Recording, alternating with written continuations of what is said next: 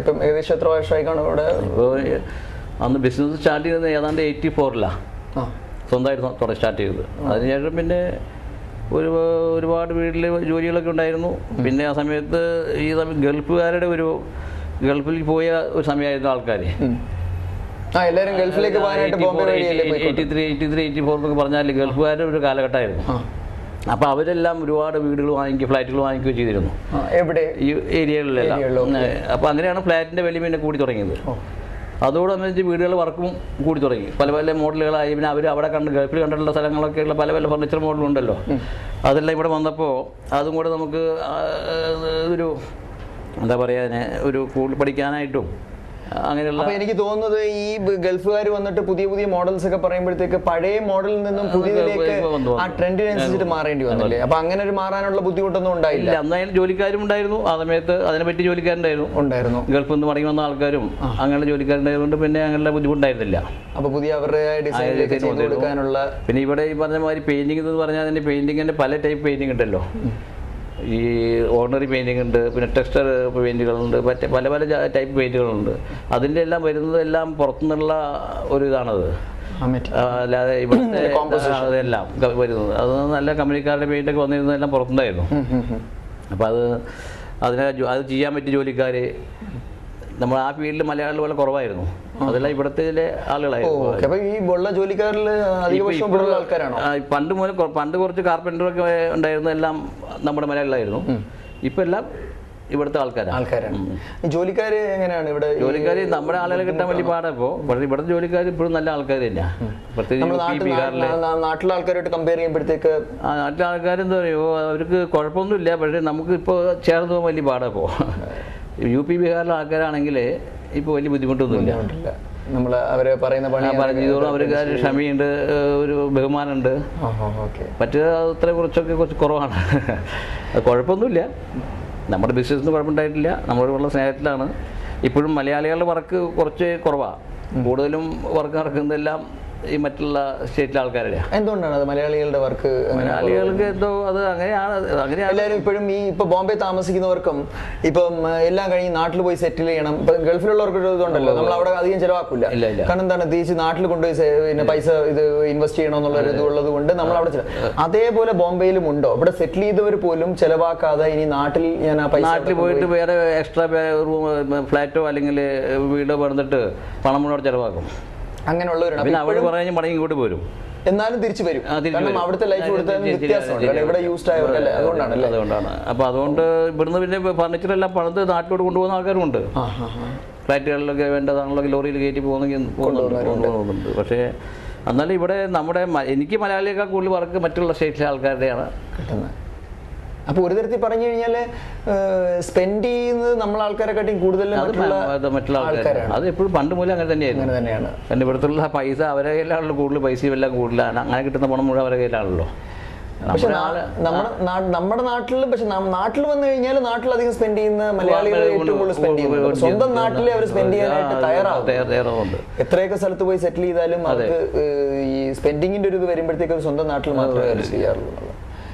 കുടുംബം ഇവിടെ വന്നപ്പോഴേ ഉണ്ടായിരുന്നു? ഇല്ല, ഞാൻ എൻ്റെ കല്യാണം കഴിയുന്നത് തന്നെ ഇവിടെ ബോംബെ വെച്ചാൽ എൻ്റെ കല്യാണമായിരുന്നു. വന്നതിന് ശേഷമായിരുന്നു. അവർ കോഴഞ്ചേരി താമസിക്കുന്ന ആൾക്കാരാണ്, മുളമൂട്ടിൽ എന്ന് പറയും. അപ്പോൾ അവരിവിടെ ജോലി ചെയ്യുന്നു. അവർ ട്രാവൽ ലൈനിലാണ് ജോലി ചെയ്യുന്നത്. ട്രാവൽ ഫീൽഡ് അതുകൊണ്ട് പലപ്പോഴും ജോലി ചെയ്യുന്നുണ്ട്.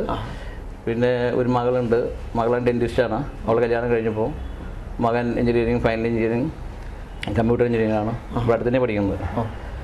എഞ്ചിനീയറിംഗിലോട്ട് വിട്ടത് ഇനിയും ഒരു ലൈനിലേക്ക്. അതെ, ഇന്റീരിയർ ഡിസൈനിങ്ങിന്റെ കോഴ്സുകളൊക്കെ വേറെ ഉണ്ടല്ലോ. അത് പല പല കോഴ്സുകൾ ഉണ്ട് പഠിക്കാനാണെങ്കിൽ. അപ്പം കൊണ്ടുവരും. മോനും താല്പര്യമുണ്ട്.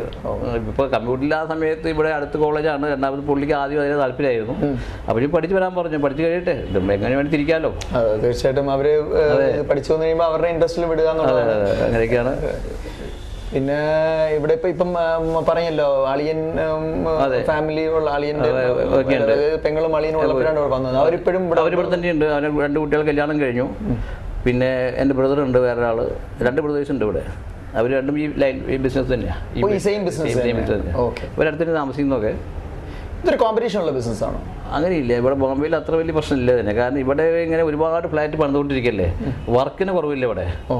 സമയത്ത് ചെയ്തു കൊടുത്ത് വേണം നമുക്കൊരു പേരുണ്ടാക്കണമെങ്കിൽ. അല്ല, പക്ഷെ അതൊരു കോമ്പറ്റീഷൻ അല്ലേ?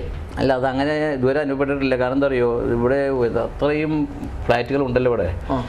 അതുകൊണ്ട് പിന്നെ ഇവിടുത്തെ വർക്കുകൾ ആൾക്കാർക്ക് കിട്ടിയിട്ട് ചെയ്യാൻ പറ്റാതിരിക്കുന്ന എപ്പോഴും, കാരണം നല്ല നല്ല ആൾക്കാർക്ക്, അതായത് ചീറ്റ് ചെയ്യാതെ ബിസിനസ് ചെയ്യുന്നവർക്ക് എപ്പോഴും പേരുണ്ടല്ലോ. അപ്പോൾ അതുകൊണ്ട് നമ്മൾ ചിലപ്പോൾ ഒരാൾ വീട് വിറ്റു പുതിയ വീട്ടിലേക്ക് പോയി, അല്ലെങ്കിൽ പുതിയ വീട് വാടകയ്ക്ക് കൊടുത്ത് പുതിയ വീട് വാങ്ങിച്ചു, അവിടെ എല്ലാം വർക്ക് വന്നുകൊണ്ടിരിക്കല്ലോ ഇങ്ങനെ. പിന്നെ ഇതെല്ലാം അഡ്വാൻസ് പേയ്മെന്റ് ആണ്, പൈസ കറക്റ്റ് ആയിട്ട്. അതെ, ആദ്യം അഡ്വാൻസ് വാങ്ങിച്ചു കഴിഞ്ഞാൽ അവരുടെ പണം നമ്മുടെ കയ്യിലാണല്ലോ. അത് വെച്ച് നമ്മളെ പറ്റിയിട്ട് ഒരു മതിപ്പുണ്ടെങ്കിൽ ഈ പണം തരുന്നത്. തീർച്ചയായിട്ടും. അപ്പോൾ അതുകൊണ്ട് അങ്ങനെ ആ പണി ചെയ്ത് സന്തോഷമായതിനു ശേഷം ബാക്കിയുള്ള പേയ്മെന്റ് തന്ന് അങ്ങനെ ഉണ്ടായിട്ടില്ല. പിന്നെ ഇതിനകത്ത് 1-2 പേര് അതെല്ലാ സ്ഥലത്തും ഉണ്ടല്ലോ. അതുകൊണ്ട് ബിസിനസ് ചെയ്യാൻ ബോംബെയിൽ വളരെ സുഖമാണ്, പൈസ കാര്യം കൊണ്ടും എല്ലാം കൊണ്ടും. അതിന് വിഷമമൊന്നുമില്ല ഇവിടെ. പിന്നെ അങ്ങനെ വലിയ കുഴപ്പമില്ല. പിന്നെ രാത്രിയും പകലൊക്കെ പണിയാലോ, ഇവിടെ പവർ കട്ടില്ലല്ലോ.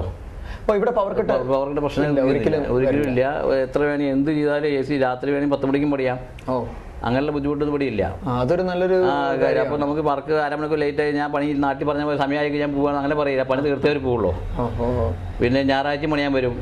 നമ്മുടെ ഷോപ്പൊന്നും ഞായറാഴ്ച അടവനില്ല, ഉള്ള എപ്പോഴും പണിയുള്ളതുകൊണ്ട് അങ്ങനെ. പിന്നെ നമ്മുടെ കയ്യിൽ ഉതാവുന്ന ആൾക്കാരേ ഉള്ളൂ എപ്പോഴും പണിയാനൊക്കെ ആയിട്ട്. കൂടുതൽ ആളെ വെച്ച് ടെൻഷൻ ഉണ്ടാക്കാറില്ല. അങ്ങനെ വലിയ പ്രശ്നം, വേറെ പ്രശ്നങ്ങളൊന്നുമില്ല. അപ്പൊ എങ്ങനെ സൈറ്റിൽ വർക്ക് നടന്നുകൊണ്ടിരിക്കുമ്പോൾ സൈറ്റിൽ പോയി നോക്കണം. സൈറ്റിൽ നമ്മൾ വീട്ടിൽ ഫ്ലാറ്റിലെ പണിയൊക്കെ നടക്കുന്നത് ചുരുങ്ങിയത് ഒരു 5-6 ലക്ഷത്തിന്റെ വർക്കാണ് നടക്കുന്നത്. അപ്പോൾ അവിടെ 2 പ്രാവശ്യം നമ്മൾ പോയി നോക്കി. നല്ല അപ്പൊ ഈ പണിക്കാരെ ചിലപ്പം നമ്മൾ പറഞ്ഞു കൊടുക്കുന്ന സംഭവങ്ങൾ മൊത്തം കറക്റ്റ് ആയിട്ട് ചെയ്യണമെന്ന് നിർബന്ധം. തെറ്റ് ചെയ്ത് കഴിഞ്ഞാൽ മുഴുവൻ പൊളിച്ചു കാണണം ആദ്യം. അങ്ങനെ അതുകൊണ്ട് എപ്പോഴും കണ്ണുമാണ്. അതല്ല, കാലത്ത് പോകും വൈകിട്ട് വരും, അങ്ങനെയൊക്കെ ചെയ്യുന്നത്. അപ്പൊ അത് സാറ് തന്നെയാണോ? അതെ, ഞാൻ പോകും. എൻ്റെ വേറെ എൻ്റെ ഒരു സൂപ്പർവൈസർ വേറെ ഉണ്ട്. പിന്നെ അതിനനുസരിച്ചുള്ള ആൾക്കാർ വേറെ ഉണ്ട്. പിന്നെ ഇതെല്ലാം നല്ല എക്സ്പീരിയൻസ് ആൾക്കാരാണല്ലോ, അധികം ബുദ്ധിമുട്ടിരിക്കില്ല അവർ. നമ്മൾ സമയത്ത് സാധനങ്ങളും മെറ്റീരിയലും എല്ലാം മാറ്റി കൊടുക്കുകയാണെങ്കിൽ, സകല സാധനം കൊടുക്കുകയാണെങ്കിൽ പിന്നെ അവർക്കൊന്നും ഡിലേ ആക്കേണ്ട കാര്യമില്ല. കേസാണ്. പിന്നെ നമ്മൾ പണം അവർ പെട്ടെന്ന് ചോദിക്കില്ല, നമ്മളനുസരിച്ച് കൊടുത്താൽ മതി. അപ്പൊ അങ്ങനെയൊക്കെ ആകുമ്പോൾ ഒരു സൗകര്യമാണ്. നാട്ടിലാണെങ്കിൽ അങ്ങനെയല്ലല്ലോ, ഇവിടെ ആദ്യം പൈസയല്ലേ. അതിന്റെ ആ ഒരു വ്യത്യാസം. അപ്പൊ നമുക്കൊരു മനസ്സമാധാനം ഉണ്ട് അവരുമായിട്ടൊരു നല്ല രീതിയിൽ വർക്ക് ചെയ്തു.